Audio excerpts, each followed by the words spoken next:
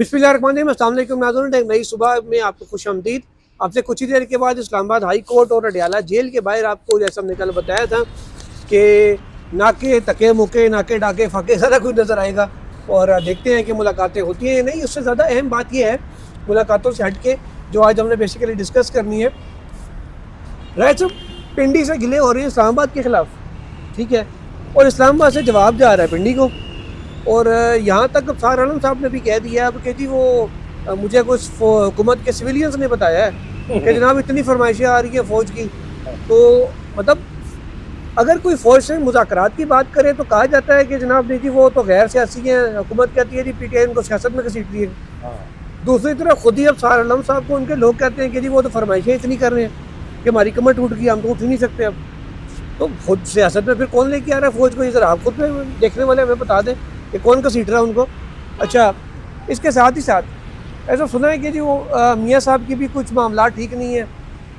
इस मामले में वो कह रहे हैं कि जनाब खाली आपने इमरान खान को पकड़ के अंदर कर दिया, हमें तो किसी को कोई फ़ायदा नहीं उसका, बाकियों के खिलाफ कोई कार्रवाई नहीं हुई। वो क्या चाह रहे हैं, ये क्या मामला है, थोड़ा सा इसके ऊपर रोशनी डालेंगे। अब सारा साहब तो कंटिन्यूसली कह रहे हैं कि जी पिंडी और इस्लामाबाद के दरमियान अब मामला ख़राब हुए हैं। अब ये एक पेज है या नहीं है इसका तो मुझे नहीं पता, मेरे हिसाब से अभी तक पेज एक ही है, फटा नहीं है। लेकिन ये इस मौके के ऊपर आके ये लड़ाइयाँ क्यों शुरू हो गई? बहुत शुक्रिया। क्या ये सब कुछ इत्तफाकिया है या इस टाइम का इंतजार किया जा रहा था? बहुत शुक्रिया जुल्करनैन इकबाल साहब। कहा जाता है कि उड़ता तीर वो अगर उसको आप लेंगे ना तो फिर बहुत सारी चीज़ें ऐसी होंगी।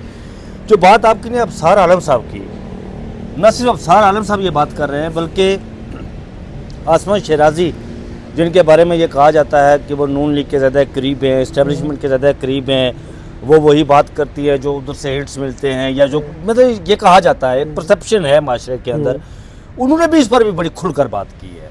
उन्होंने कहा ये महज इत्तफाकिया नहीं है कि एक वक्त में IMF की रिपोर्ट आना, बुनियादी इंसानी हकूक़ की रिपोर्ट आना, फिर इख्तियारात के हवाले से जो इस वक्त बाज़ गश्त इस्लामाबाद के अंदर हो रही है, और फिर जो एक ऐसे वक्त में जब आपकी जो फ़ौज के अंदर जो इंतज़ामी मामलात पर बड़ी तब्दीलियाँ होने जा रही हैं, जिसमें फील्ड मार्शल के हवाले से वो CDF का नोटिफिकेशन होना, फिर वो जो नेशनल स्ट्रेटेजिक कमांड के हवाले से उस पर नई तैनाती होना, वाइस चीफ आर्मी स्टाफ के हवाले से नई तैनाती होना, तो फिर आप देखें ये तमाम चीज़ें। और फिर यहाँ पर एक इजलास होता है जो NDU में होता है, कौन सा इजलास होता है वो यार? नेशनल सिक्योरिटी वर्कशॉप होती है। वहाँ पर जब ये वर्कशॉप होती है वहाँ पर शुरा से उधर पिंडी की तरफ से ये कहा जाता है जी कि सिविलियन गवर्नमेंट जो है वो करप्ट है, वो ठीक काम नहीं कर रही है। और फिर ये भी कहा, जो रिपोर्ट हुआ वो ये भी हुआ कि काबीना में भी करप्ट लोग लगाए, काबीना में भी करप्ट लोग लगाए। ऊपर से अफसार आलम साहब ये कह रहे हैं कि यहाँ पर जो खांचे लगे हुए हैं, जो कैबिनेट है जो शहबाज शरीफ साहब की, उनके मिनिस्टर्स जो है वो अरबों रुपए की करप्शन कर रहे हैं, ब्यूरोक्रेसी करप्शन कर रही है। अफसार आलम साहब ने ये भी कहा। अच्छा, फिर बात वहाँ ही नहीं रुकी है। अब फिर उससे आगे बढ़कर आपको याद होगा कि 3, 3.5 या 4 साल पहले एक अदारा बनाया गया था जिसे SIFC कहा जाता है। हाँ जी। उस अदारे के प्लेटफॉर्म से ये कहा गया था, जब वो अदारा बना तो बड़ा तनतना था, शोर गुलगुला ऐलान के इस प्लेटफॉर्म से अरबों रुपए जो है वो खरबों रुपए पाकिस्तान के अंदर आएंगे, अरबों डॉलर बल्कि, और शर्क से लेकर गर्ब तक, शुमाल से लेकर जुनूब तक एक जो वो सैलाब ज़र होगा, मुल्क बहुत तरक्की की रफ्तार पर दौड़ेगा, उस तरक्की की शरह पर सरपंच दौड़ेगा। वो साबुत हुआ वो घोड़ा नहीं था बल्कि वो एक लकड़ी का घोड़ा था जो खड़ा किया गया। और फिर उसके सरबराह कोऑर्डिनेटर साहब ये कह रहे हैं, मैं नहीं ये कह रहा, जनरल सरफराज साहब, आपको पता है कि कराची उन्होंने इकनॉमिक फोरम से खिताब किया। उन्होंने ये कहा जी कि हमारी जो इकानमी है, जो मैशियत है, उसका तो सवा सत्यानाश निकल गया है, उसका तो बुरा हाल है। उन्होंने ये कहा कि इस मुल्क के अंदर कोई सरमायाकार आने को तैयार नहीं है। यहाँ पर जो लोग इन्वेस्टर हैं, जो पाकिस्तान के अंदर जो लोग हैं, वो यहाँ से पैसा कमा कर New York, Dubai, Europe, Britain, Australia, मुख्तलिफ ममालिक में जो है वो मुंतकिल कर रहे हैं, और एक दिला पाकिस्तान में सरमायाकारी नहीं हुई। बात यहाँ ही नहीं रुकी बल्कि इससे आगे बढ़ी। जो आपके स्टेट बैंक ऑफ पाकिस्तान के गवर्नर हैं, उन्होंने भी ये बात की है कि भाई एक वक्त में नहीं, उन्होंने ये कहा कि पाकिस्तान का जो माशी मॉडल है वो पाकिस्तान की आबादी के हिसाब से नहीं बनाया गया और ये माशी मॉडल नाकाम है, उन्होंने ये भी कहा। और फिर देखिए अब मामलात नए कट्टे खुलते जा रहे हैं जी। अब ये सूबों का नया कट्टा खुल गया जी कि मुल्क के अंदर सूबे बनाए जाएं, इंतजामी यूनिट बनाए जाएं। अब तो ये कहा जा रहा है कि लाहौर को एक सूबा बना दिया जाए, मतलब पंजाब को बेशुमार सूबे बना दिए जाएं, कराची हैदराबाद को मिलाकर एक सूबा बना दिया जाए। ये एक वक्त में सारी चीज़ें नहीं आई। अब एक नई चीज़ सामने आई है कि नवाज शरीफ साहब के हवाले से कि उन्होंने डू मोर जिस तरह कहा है कि उन्होंने ये कहा जी कि जो अपने साफ करना है, उन्होंने ये कहा कि बड़े लफ्ज़ इस्तेमाल किया, मुजरिमीन, बड़े मुजरिमीन, उनको एहतसाब के कटहरे में ला खड़ा करे। मतलब उन्होंने गुजरावाला जलसे में जनरल बाजवा का नाम लिया था, फैज़ हमीद का नाम लिया था। फैज़ हमीद का तो ट्रायल हो रहा है, चले वो किसी वक्त भी सजा हो जाएगी या नहीं होगी, फैसला आ जाएगा। तो जनरल बाजवा को हजूर वाला आप लाइन खड़ा करें ना कटहरे में, मतलब आपकी हुकूमत है ना जी, वज़ारत दाखिला इनिशिएट करती है ना कार्रवाई जी, आपकी हुकूमत है। बरकत में भी आपकी हुकूमत है, पंजाब में भी आपकी हुकूमत है। पंजाब की आबादी जो है वो पंजाब कहा जाता है पाकिस्तान का 60% पाकिस्तान है। पहले मुशर्रफ के खिलाफ कार्रवाई का सिरा भी आपके सर ही। हाँ, तो करें, बिस्मिल्लाह करें ना जनाब, क्यों नहीं कर रहे आप? अब बिस्मिल्लाह करें। और फिर ये उन्होंने, अच्छा एक और बात जो उन्होंने इमरान खान साहब को उन्होंने कहा, ये तो छोटा मुजरम है, अगर एहतसाब करना है तो फिर वो आप 1980 की तरह से शुरू करें जी। मैं कहता हूँ कि सारा कुछ साफ होना चाहिए यहाँ पर।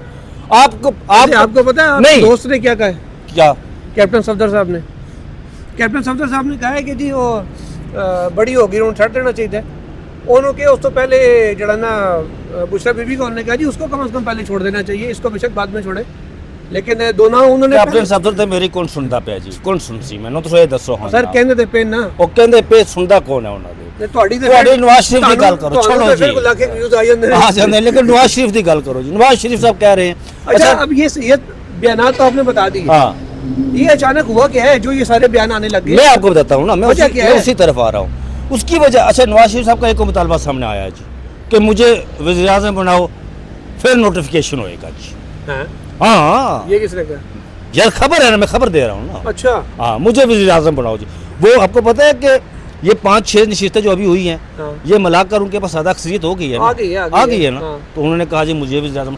नवाज शरीफ साहब को ये डिमांड रखने से पहले एक शिकस्त खुर्दा इंसान जो डॉक्टर यास्मीन राशिद से हारा हुआ, पाकिस्तान की तारीख में ये पहला इलेक्शन, जुल्करनैन इकबाल साहब जो आरओ को रात को बीमार हॉस्पिटल पहुंच गया, नया आरओ तैनात किया गया और जीत का ऐलान किया गया। नवाज शरीफ साहब को तो लोग कहते हैं लीडर है, मैं कहता हूँ नवाज शरीफ साहब लीडर तो दूर की बात, एक बावकार इंसान भी नहीं है यार। सर वो सारी बातें अलग हैं, तो बाकी क्रिकेटर जितने बैठे ने अच्छा, उसकी उन्होंने किसके से की है यार? ये जो बातें कर रहे हैं वो एकदम से 87वीं आनी तरमीम हुई है तो उसके बाद से जो खुलकर बातें कर रहे हैं वो ये क्या है सारा कुछ। अच्छा फिर मैं आपको बताता हूँ, इस पर एक और मामला है। जुल्करनैन इकबाल साहब, आपको याद होगा कि हम गुज़श्ता कई वीलाग में ये बात आप तो करने नहीं देते होते थे ना, अब तो खुलकर बातें सामने आ रही है ना। अच्छा। डक्की छुपी में मैं आप कहते थे ना करें यार ना करें, लेकिन मैं करता होता था। और अब सार आलम साहब ने कल कहा है, जो नेशनल स्ट्रेटेजिक कमांड और वाइस चीफ आर्मी स्टाफ, मैं कई अरसे से ये कह रहा हूँ कि असल मामला यहाँ पर अटका हुआ है। अच्छा। और एक और बात सामने आई है कि 87वीं आईनी तरमीम में जो आपके बैरिया का और जो फ़ज़ाइया का है उसके हवाले से कोई बातचीत नहीं की गई। सर वो आईनी तरमीम में नहीं होना था, वो होना था उनके जो जैसे आर्मी एक्ट है ना, वैसी नेवी का एक्ट है, वैसी एयरफोर्स का एक्ट है, उनके अंदर वो अमेंडमेंट्स नहीं की गई थी। अच्छा, नेशनल स्ट्रेटेजिक कमांड पर मैं जो कह रहा हूँ यहाँ पे नाकामी, तो ये देखिए मेरी बात सुने, एक चीज क्लियर करते हैं साथ साथ, यहाँ पे नाकामी शहबाज शरीफ साहब की हुकूमत की है। जी जी जी बिल्कुल ऐसा ही है, नाहली है उनकी, उन्होंने तो नहीं आगे करना था जी।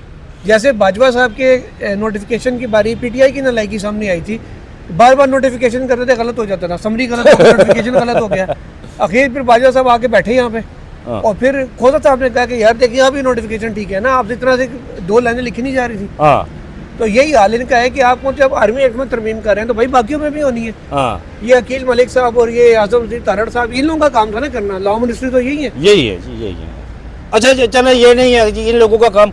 अब लॉ मिनिस्ट्री की बात, मैं उस नुक्ते पर आता हूँ नाज़रीन, आप लॉ मिनिस्ट्री की बात कर रहे हैं। यार मुझे ये बताएं, लॉ मिनिस्ट्री का काम यही होता है कि आईनी और कानूनी माहिरीन को साथ में लाकर कोई नई अमेंडमेंट लानी हो, उस पर कानून साजी करना या मसवदा ड्राफ्ट वगैरह सारा कुछ तैयार करना। आज मुझे 26वीं आईनी तरमीम और रात को असेंबली में मुबारक हो जी, मुबारक हो, मुझे मिल गई आईनी तरमीम। यार क्या आप कौन सी बात कर रहे हैं यार? अच्छा चले क्या बात कर रहे हैं? वजह तो आओ ना, फटा पे आ गए हो। अच्छा, एक वो- तो आपने कहा कि जी नवाज शरीफ ने कहा कि शहबाज शरीफ को हटाओ और मुझे बढ़ाओ। और दूसरी अच्छा, बात, दूसरा क्या? दूसरी बात जो नेशनल स्ट्रेटेजिक कमांड है ना, हाँ। आपको पता है कि जो ओहदा जो फौज पाकिस्तान की 6.5-7 लाख 5.5-6 लाख बंदूक बरदार है ना, इतनी फौज है ना, 7 लाख के 7 लाख कहते हैं। अब 7 लाख फौज पर कमांड किसकी होगी? जो नेशनल स्ट्रेटेजिक कमांडर जो तैनात किया जाएगा, ये 27वीं आईनी तरमीम में लिख दिया गया है, जो तैनात किया जाएगा वो 3 स्टार से उसे 4 स्टार तरक्की देकर तैनात किया जाएगा। अब सारी कमांड तो उसके हाथ में होगी। कैसे आर्मी चीफ के होते हुए वो कोई और कमांड कैसे? यार मुझे बताया, आर्मी चीफ वो तो सीडीएफ बन जाएंगे ना। सर जो सीडीएफ का होता है वो आर्मी चीफ के पास होगा, ये वाइस वर्सा यूं है। आर्मी चीफ के इख्तियारात तो खत्म नहीं हुए ना स्ट्रेटेजिक कमांड के आने से। आर्मी चीफ का ना ओहदा खत्म हुआ है हाँ। ना अच्छा उसके वो इख्तियारात ठीक खत्म है, हुए। वो ओहदा खत्म नहीं हुआ ना। हाँ। ठीक, मैं आपकी बात मानता हूँ, आर्मी चीफ रहेंगे, वो फील्ड मार्शल रहेंगे, सर, वो सीडीएफ बनेंगे, आप सारा कुछ बंदा बनेगा। निकालने खाली होने की बात हाँ। करें ना, कोई भी हो, कोई भी आज हो। ही है तो कल दूसरा होगा, उसके बाद कोई और आएगा, फिर कोई और आएगा। लेकिन जो ऑपरेशनल मामलात है ना, हाँ। वो आपका नेशनल स्ट्रेटेजिक कमांडर करेगा। अच्छा ठीक है, तो फिर ये एक तफजात है जी कि यार मैं क्या बनूंगा, फिर मैं क्या होऊंगा? और इस पर कानून साजी होगी। जिस तरह आपको याद होगा 2 रोज कबल आपने एक विलाग में कहा था कि मंगल को या जो जॉइंट सेशन होगा उसमें इसमें, और रात को नजीम सेठी साहब ने भी कहा है कि इसमें कानून साजी होगी। उन्होंने भी यही जो हम अपने विलाग में बात कर चुके थे, उन्होंने रात को ये बात की है। एटा तो मंदो ना सुन हम पहले कर चुके थे, उन्होंने रात को ये बात की है कि ये कानूनी पेचीदगियां हैं जिसकी वजह से ये सारा कुछ हो रहा है। अब देखें, शहबाज शरीफ साहब वापस आना चाह रहे थे, वो नहीं आए अभी तक।